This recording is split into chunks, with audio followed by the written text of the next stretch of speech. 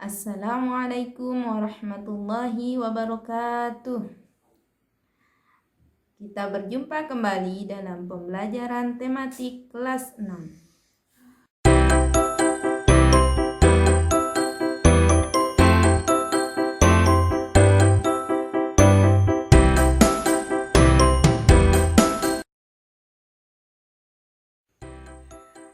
Bagaimana kabarnya hari ini? Semoga kita semua selalu dalam keadaan sehat. Pada pertemuan kali ini, kita kembali membahas tema 1, muatan pelajaran bahasa Indonesia, materi ide pokok. Tujuan pembelajaran pada pertemuan hari ini adalah siswa dapat menemukan kalimat utama dan ide pokok pada suatu paragraf. Nah, pada pertemuan sebelumnya kita sudah pernah membahas tentang ide pokok. Siapa yang masih ingat apa itu ide pokok? Ide pokok merupakan gagasan atau ide yang membentuk atau mendasari suatu paragraf. Ide pokok merupakan inti dari suatu paragraf. Nah, ide pokok bisa juga disebut dengan gagasan utama, gagasan pokok, pokok pikiran. Ide pokok biasanya terdapat di dalam kalimat utama. Kalimat utama merupakan kalimat yang mengandung ide pokok. Kalimat utama terletak di awal ataupun di akhir paragraf. Kalimat utama yang terletak di akhir paragraf biasanya ditandai dengan kata jadi. Oleh karena itu, dengan demikian kesimpulannya. Selain kalimat utama, di dalam suatu paragraf ada juga kalimat penjelas atau kalimat pendukung. Kalimat penjelas adalah kalimat yang menjelaskan rincian kalimat utama. Kalimat penjelas biasanya berisikan urean-urean, contoh-contoh, ilustrasi-ilustrasi maupun kutipan-kutipan. Nah, setiap paragraf memiliki satu ide pokok dan memiliki satu kalimat utama, sedangkan kalimat yang lain merupakan kalimat penjelas atau kalimat pendukung dari kalimat utama tersebut.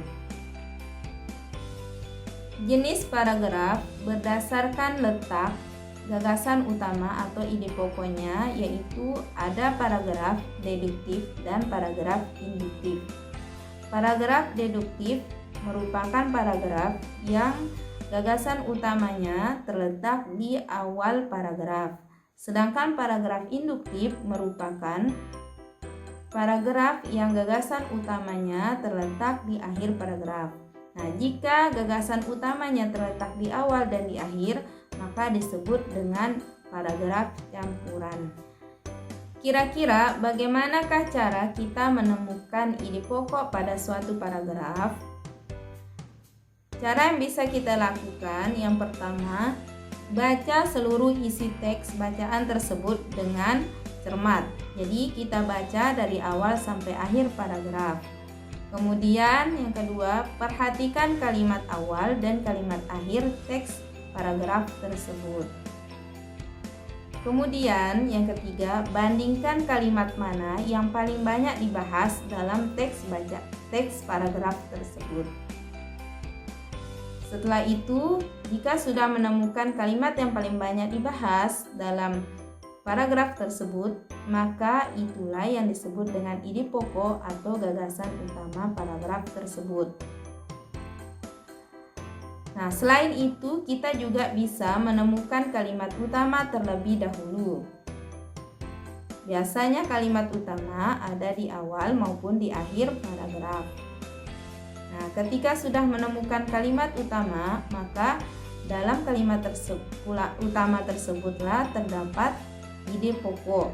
Bisa diambil dari inti kalimat utama atau diambil langsung dari kalimat utama tersebut. Perhatikan contoh paragraf berikut ini. Indonesia memiliki kekayaan alam yang sangat melimpah. Kekayaan alam tersebut terdiri dari kekayaan alam yang bersumber dari darat, laut, dan dari dalam perut bumi. Kekayaan alam yang bersumber dari darat misalnya hasil hutan, sedangkan kekayaan alam yang bersumber dari laut misalnya ikan, rumput laut, dan mutiara. Sementara kekayaan alam yang bersumber dari dalam perut bumi misalnya minyak, batu bara, emas, timah, nikel, dan sebagainya. Nah, paragraf ini menjelaskan tentang kekayaan alam. Kita perhatikan kalimat yang pertama. Indonesia memiliki kekayaan alam yang sangat melimpah. Jadi, penjelasannya tentang Indonesia memiliki kekayaan alam yang sangat melimpah. Nah, kalimat yang kedua, kekayaan alam tersebut terdiri dari kekayaan alam yang bersumber dari darat, laut, dan dari dalam perut bumi.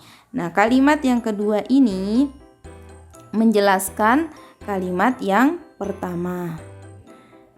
Bagaimana dengan kalimat yang ketiga? Kalimat ketiga, kekayaan alam yang bersumber dari darat, misalnya hasil hutan, juga menjelaskan tentang kekayaan alam Indonesia yang melimpah, yaitu kalimat yang pertama. Kalimat keempat, kekayaan alam yang bersumber dari laut, juga menjelaskan tentang kalimat yang pertama, yaitu kekayaan alam yang melimpah.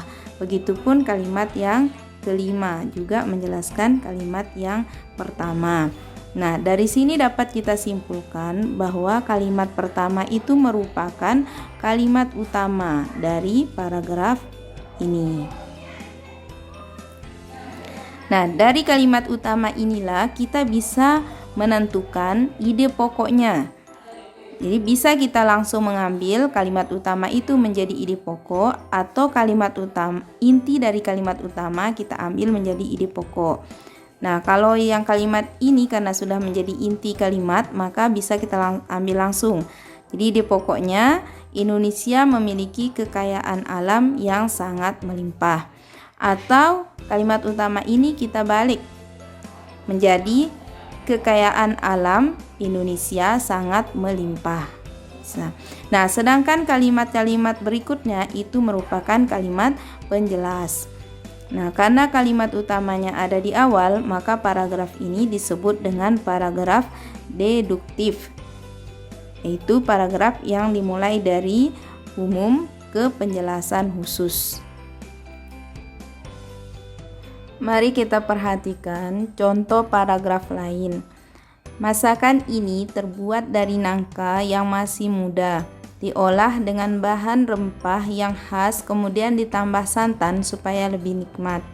Untuk menikmati masakan satu ini, sajian pendampingnya adalah sambal krecek, opor ayam, dan telur. Bisa juga ditambah tahu dan kuah santan kental. Itulah gudeg, salah satu makanan khas Yogyakarta. Nah, sekarang kita perhatikan kalimat yang pertama. Masakan ini terbuat dari nangka yang masih muda. Kalimat pertama ini menjelaskan suatu masakan yang terbuat dari nangka. Nah, kemudian kalimat yang kedua, diolah dengan bahan rempah, kemudian ditambah santan. Nah, kalimat yang kedua ini menjelaskan bahwa masakan tersebut diolah dengan rempah kemudian ditambah santan. Nah, apakah kalimat kedua ini menjelaskan kalimat yang pertama? Ternyata kalimat kedua itu tidak menjelaskan kalimat yang pertama.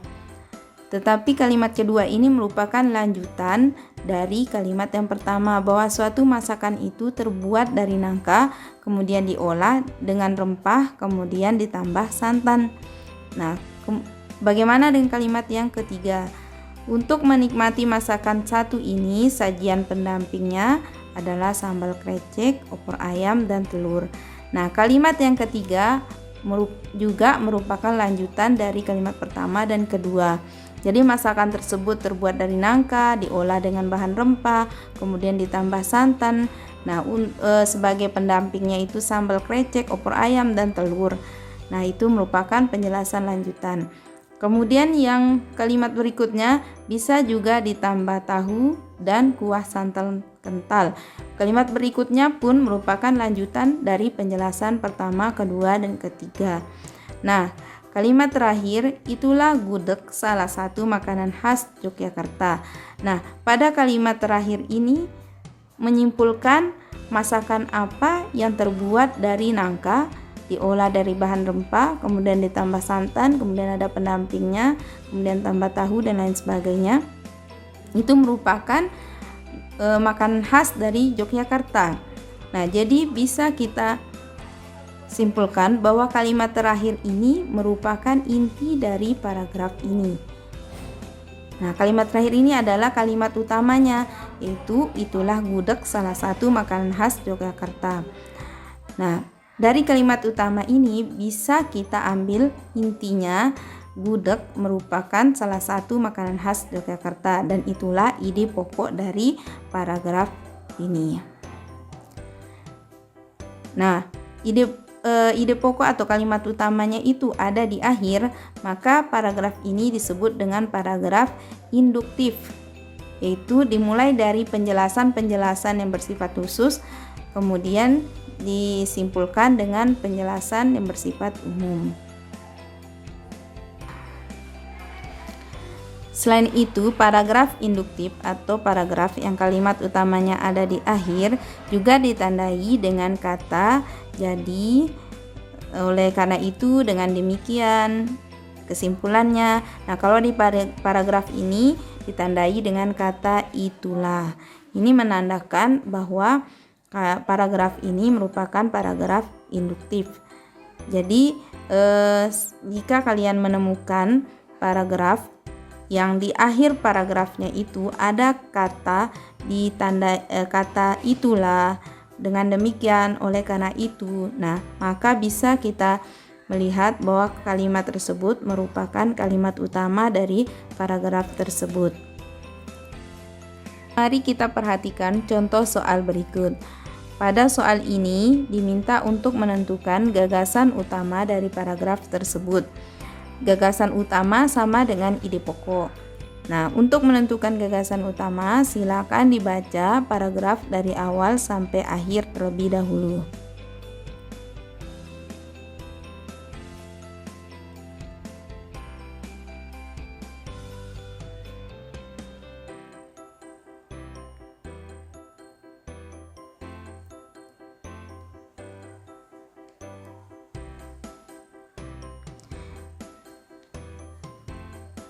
Kira-kira jawaban yang benar yang mana? Apakah A. Kesibukan para pedagang buah menurunkan keranjang-keranjang, B. Kesibukan para pedagang kaos dan sepatu menurunkan barang, C. Kesibukan para kuli panggul berebut mengangkut barang, atau D. Kesibukan di stasiun kereta api Beos pada waktu pagi. Jawaban yang benar adalah D. Kesibukan di stasiun kereta api Beos pada waktu pagi. Kenapa? Karena dari awal paragraf itu menjelaskan tentang bagaimana kesibukan-kesibukan yang terjadi di stasiun kereta api Beos pada pagi hari. Jadi kesibukan awal ada yang menurunkan keranjang-keranjang, kemudian ada yang beberapa pedagang kaos dan sepatu juga menurunkan gelendong-gelendong, kemudian para kuli panggul juga mengangkut berbagai barang. Nah, itulah kesibukan yang terjadi di stasiun kereta api Beos. Jadi inti dari paragraf ini adalah kesibukan yang terjadi di stasiun kereta api Beos pada pagi hari. Contoh soal berikutnya masih diminta untuk menentukan gagasan utama dari paragraf. Jadi kita baca dulu dari awal. Batik merupakan salah satu warisan kebudayaan Indonesia yang telah menjadi kebanggaan bangsa. Batik sudah mempunyai tempat tersendiri di hati masyarakat Indonesia. Batik seakan mampu menyampaikan rasa kebudayaan bangsa. Keberadaan batik selama ini telah menjadi primadona di kalangan pecinta mode. Nah, apakah gagasan utamanya? A. Batik warisan kebudayaan Indonesia. B. Batik kebanggaan bangsa Indonesia. C. Batik lambang kebudayaan Indonesia. Atau D. Batik adalah primadona bangsa Indonesia.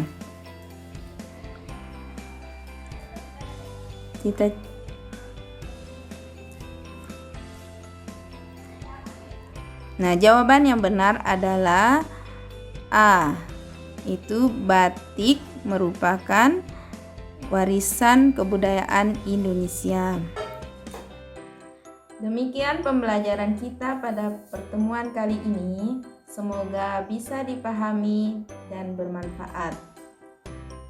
Kita akhiri dengan doa kafaratul majlis. Subhanaka Allahumma wa bihamdika asyhadu an la ilaha illa anta astaghfiruka wa atubu ilaika. Assalamualaikum warahmatullahi wabarakatuh. Sampai jumpa pada pertemuan selanjutnya.